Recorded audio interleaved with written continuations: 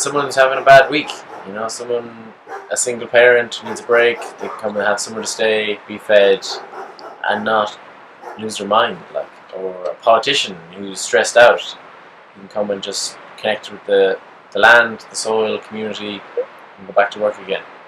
We seem to have this problem with you're either working or you're sick, and there's not this bit where you're actually just tired or stressed and you can actually just go somewhere and have a break. It's not acceptable.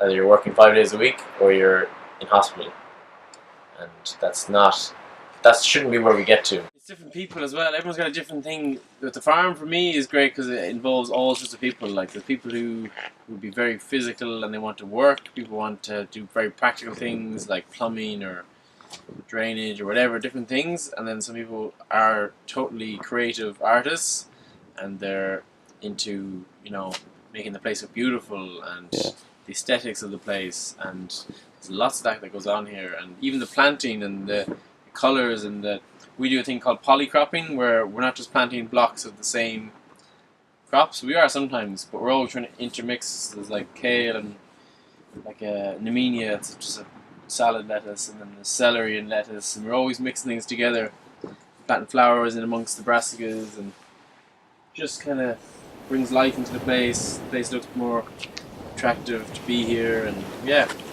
so there is a lot of that kind of motive in what we do.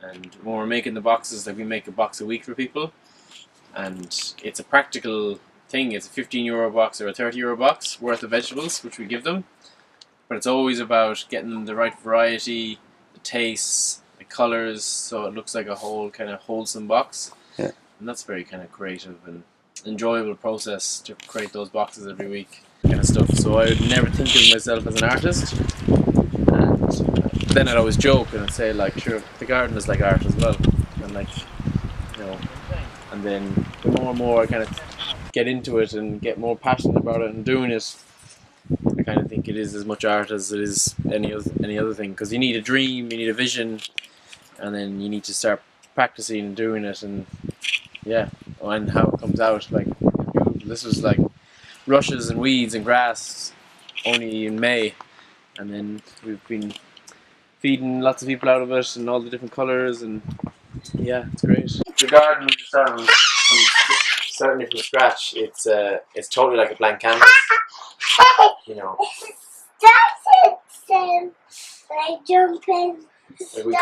We could plant spuds in the whole garden, or we could plant carrots in the whole garden, or we could plant half spuds and carrots. It's whatever you want to do. It's really kind of exciting that what we've done down the field, you can kind of see there'll be lines of willow there. So we've got lines every kind of 20 meters going north to south of willow in 2 rows, and it's like agroforestry where you're splitting up the wind, you're breaking the wind, making windbreaks down through the garden.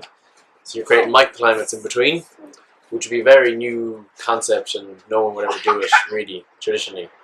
And it's kind of a big deal because you're putting trees down in the middle of your garden, and then you cut one year and cut one the next year so they don't get too big because willow grows so fast. And it dries the soil, it brings in birds, it brings in the leaf mold every autumn. So you're bringing all this biodiversity into the middle of your garden, which is quite a decision to make. You're changing the whole landscape of the garden. Our mission here is to feed 150 families year-round with all their vegetable needs. What do you want for my market now? Hold on a second, Sunshine. And cheese, milk, meat, eggs, whatever we can produce, fruit, whatever fruits we can grow. I'm a vegan because I eat Sunshine, chicken. shh, be quiet, please. So the plan will be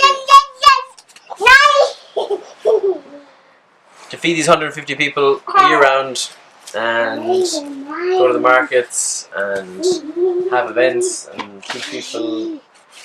That'll be our goal, and it'll all be done off this field, this land, not having to import things, even trying to making a circular system where you're not having to import manure from other farms, trying to all circulate here and create a sustainable farm that feeds people without too much inputs.